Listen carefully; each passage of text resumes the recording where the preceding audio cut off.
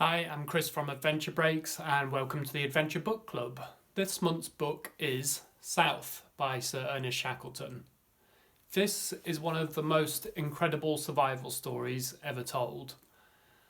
I will set the scene a little bit and then tell you about the story. And so the book was published in 1919, which was towards the end of the heroic age of Antarctic exploration.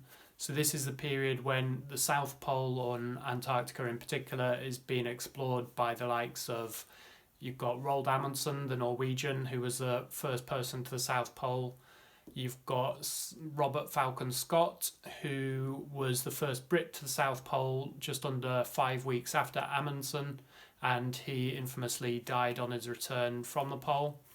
You've got the book The Worst Journey in the World by Apsley Gerard, which was also stories about Scott's expedition. You've got the Australian explorer Mawson, and not to mention or not to forget Sir Ernest Shackleton himself. So this book and the story is about the Endurance expedition, and the ship itself is called the Endurance. What happens is Shackleton and his men, there's 28 of them, are sailing south. They want to be the first people to cross the Antarctic from sea to sea. So from one coast to the South Pole and then over to the other. And on their way to the Antarctic, they are heading south, the ice is getting thicker, and eventually they get trapped in the ice. They spend 10 months in total with the boat trapped in the ice before eventually the Endurance gets crushed by the ice, and essentially 28 men are stranded in Antarctica with no boat. They've managed to take various supplies off the Endurance during this period, including 3 small lifeboats, which are just open rowing boats, not very big at all, nothing sophisticated about them, and obviously very vulnerable. It's not the sort of thing that you'd want your life to depend on. Incredibly, all 28 men end up surviving. What happens is the men, they set up a few camps, and then eventually they all row to an island in the 3 boats called Elephant Island, which is still in Antarctica.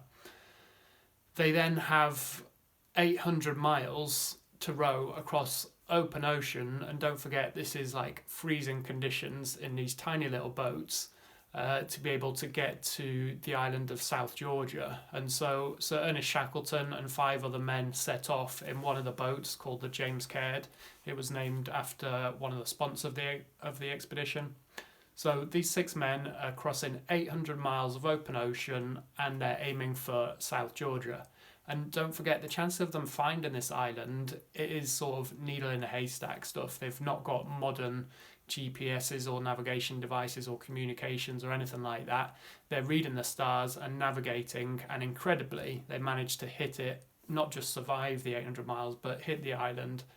But by the time they get there, obviously they're hungry, they're badly frostbitten, and it turns out they're on the opposite side of the station to where they think they might be able to get rescue, which is at the whaling stations on the other side of South Georgia. The 6 men then, 3 of them can't walk basically, so they have to be left where they hit South Georgia, and Shackleton and 2 other men set off.